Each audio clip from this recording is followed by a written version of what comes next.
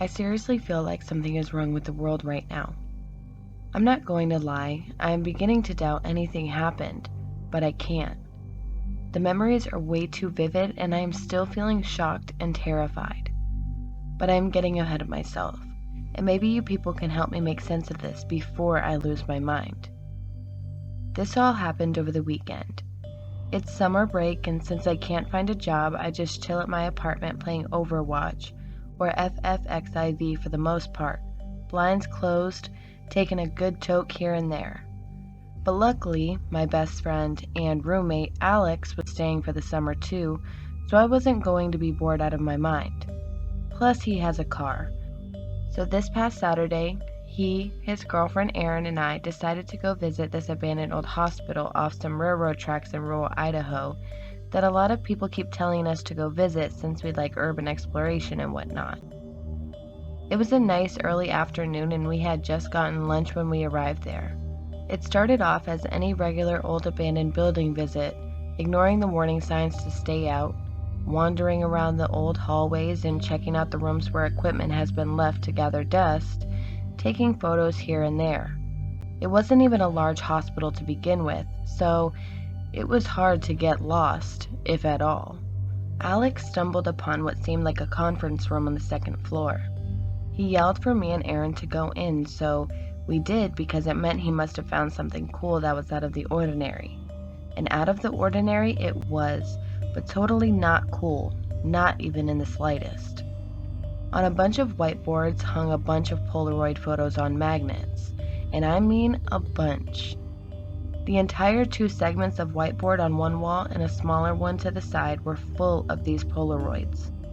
I mean, I know Polaroids themselves are not scary, but the photos, they were photos of people bound and gagged. In some of them, the people were heavily bruised, bleeding like they took the worst beating imaginable without succumbing to sweet death. That made my blood curdle. Alex took out his smartphone to take a video.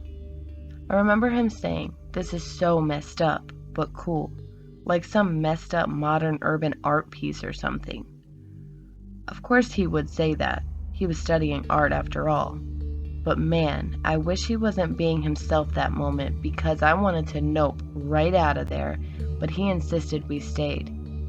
I remember telling him that we need to go, maybe even call the cops, but he teasingly told me to stop being a pussy. I still cannot understand why in the world he wasn't treating it seriously. I know he's a very chill dude, but holy shit did those photos look real. That if they were faked, whoever did the makeup should win an Oscar. He finally relents when his girlfriend, who was walking around looking at the photos on the other boards, says, "Guys, come here." The way she said it, now that I remembered it, the way she said it should have been the last red flag. Her voice just seemed flat, but terrified at the same time. Alex and I made our way to the board she was at, and she pointed at one photo, then another, then another. I did my best to follow quickly, but I could not stop staring at the first photo. It was a photo of the 3 of us, all bound up and naked, bruised and severely battered, probably just within a few inches of our lives. I was literally staring at my terrified face covered in tears, sweat, blood, and drool. I must have said fuck 50 times under my breath as I looked at the other photos. They were photos of us under different stages of torture. I do not even want to remember what those photos looked like. I shudder every time they force their way into my consciousness. None of us remember ever having been through something like that, and I am certain none of us were into some kinky bondage stuff either. Whatever this was, it was seriously messed up and is messing with my head. "What the fuck?" said Alex. He was still taking a video. I think he was beginning to finally believe that there was something seriously wrong about this shit. "I think Joey was right. We gotta get out of here," said Erin, tugging at both of our arms. I thought about calling the cops, so I reached to grab my phone when suddenly, the otherwise silent, now eerily so, abandoned hospital was filled with the sounds of heavy footsteps, like someone was wearing some crazy industrial-grade steel-toed boots. We were pretty sure we were alone, so the only other option was to run, and oh yeah, we ran. Alex grabbed me by the arm as his hand held Aaron's, who was leading the way. And what the fuck? We couldn't have been in there longer than an hour, but it was pitch black outside every window we looked out of as we rushed down the hallway to the stairs. But what messed with me was the fact that the indoor was lit with light from what should have been the sunshine outside the windows. But there was no sunshine, only pitch black darkness. No matter which way we went, it seemed like we were just met with more hallways and dark windows. The sounds of the footsteps kept in close chase, and sometimes I could swear I could see someone or something hulking behind us at the corner of my eye whenever we turned down a hallway. This was a terrible time to not be in shape, because my sides were burning so bad, but I couldn't stop running. Not only because I was scared shitless, but Alex's grip on my wrist was so tight I don't think I could have slipped away to take a breath. I felt like I was going to pass out when all of a sudden we stopped running. Thoughts were racing through my head. Was Alex tired now? Was that creepy whatever the fuck that was going to murder us? I panted and gasped for as much air as I could when Alex put his arm on my shoulder and motioned me to be quiet. It was silent again. There were no footsteps any longer, and the hallway was normal again. And the windows? Oh, the windows. I have never felt the desire for sunshine pouring through windows in a long time. We could see the door that led to the stairs and bolted through it and down. When we got to the reception area, we paused again. One of the doors was wide open. Was this some messed up prank? Was that guy upstairs just messing with us? I thought to myself as I approached the front door. Alex and Aaron seemed to be alright, as I remember they both sighed in relief. Walking outside into the hot sun was almost like walking into paradise after stumbling through the 7 circles of hell. I never thought I would miss the sun this much until I heard the door slam behind me. Alex and Aaron were still in there, and I could hear the footsteps again as Alex and Aaron frantically knocked on the door, jiggling the handle as I tried to pry the door open. But some ungodly force was keeping the door shut. It wasn't even budging. It's here! Oh my god, it's here! Alex was frantically yelling as Aaron's screams pierced through the door, pleading for me to help them. I tried to look around. Maybe there was a window they could climb out of, but inside every window I could peer in with my hand clasp at the handle was dark, just like the blackness I saw when we were inside trying to look out. I kept knocking and yanking, and they kept yelling when suddenly all sounds stopped other than the jiggling of the door handle and knocking. Alex, Aaron, are you alright? I remember asking. Hello, anyone, please just tell me this is a joke. It wasn't. It just happened all of a sudden.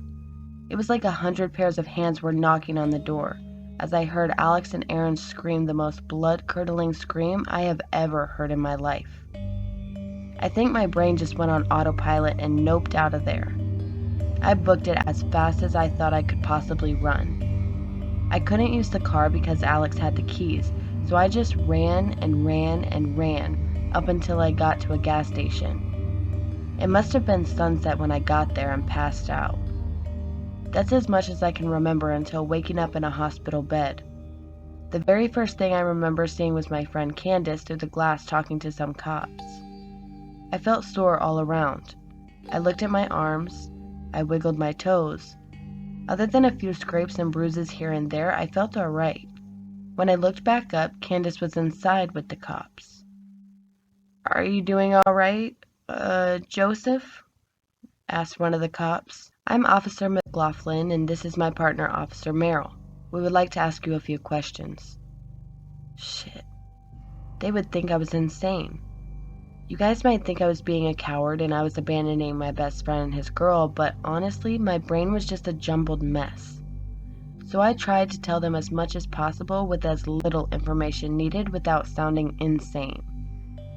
I told them we went exploring in this old hospital and told them I knew it was illegal, and and I don't even remember how much of what I told them, to be honest.